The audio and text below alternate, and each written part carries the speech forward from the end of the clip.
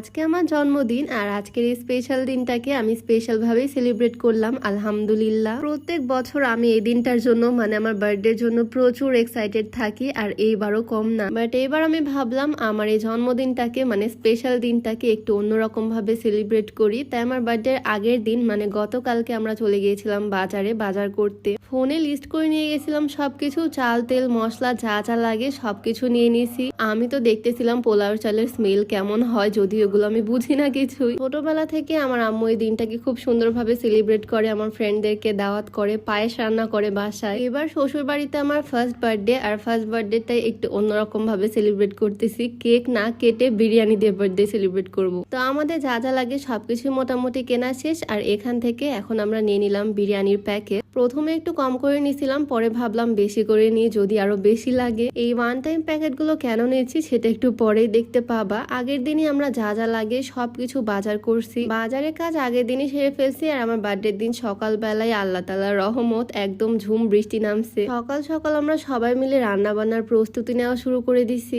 এতগুলো খাবার আর একে আজকে জুম্মার দিন, তাই নামাজের আগে সবকিছু সকাল সকাল কমপ্লিট করতে হবে। ভোরবেলা আজকে সবাই উঠছি, ফজরের পরে সবকিছু শুরু করে দিছি কাজ। বিরিয়ানি রান্নারই পূর্ব প্রস্তুতি চলতেছে। এখানে মুরগির মাংস দিয়ে বিরিয়ানি রান্না করা হবে। এই ধরনের বিরিয়ানি আমার নিজের কাছে অনেক ভালো লাগে, আর যখন একসাথে অনেক রান্না করা হয় আমার মনে হয় তখন টেস্টটাই বেড়ে যায়। অনেক সুন্দর স্মেল আসতেছে, আর কি সুন্দর হয়েছে দেখো, দেখতেই ভালো লাগতেছে। যেহেতু অনেক চালের বিরিয়ানি রান্না করা হবে আর এত বড় পাত্রে বাসায় রান্না করা সম্ভব না, তাই দুইবারে রান্না করা হচ্ছে। প্রথমে একটা সসপ্যানে রান্না করে নিল, আর পরে আর একটা বড় পাতিলে রান্না করা হচ্ছে বিরিয়ানি। সকাল সকালে আমাদের বড় বড় দুই পাত্র ভর্তি বিরিয়ানি রেডি। আর এখন আমরা সবাই মিলে এগুলোকে প্যাকেট করব। বাসার সবাই মিলে কাজ ভাগাভাগি করে নিছি। আমার হাজবেন্ড আর ননদিনী এদিকে প্যাকেট গুলোকে রেডি করতেছে, লেবু শসা সবকিছু দিয়ে দিচ্ছে প্যাকেট গুলোতে। সবাই মিলে একসাথে কাজ করলে অনেক তাড়াতাড়ি হয়ে যায়, তাই না? আমরা সকাল 11টার আগে সবগুলো কাজ কমপ্লিট করে একদম প্যাকেট করে ফেলছি। আর এগুলোকে বড় বড় ব্যাগের মধ্যে ভরা হচ্ছে যাতে নিয়ে যেতে সুবিধা হয়। আজকে যেহেতু জুম্মার দিন, তাই নামাজের আগে আমরা এগুলো নিয়ে বের হয়ে পড়লাম। 4 ব্যাগ হয়েছে।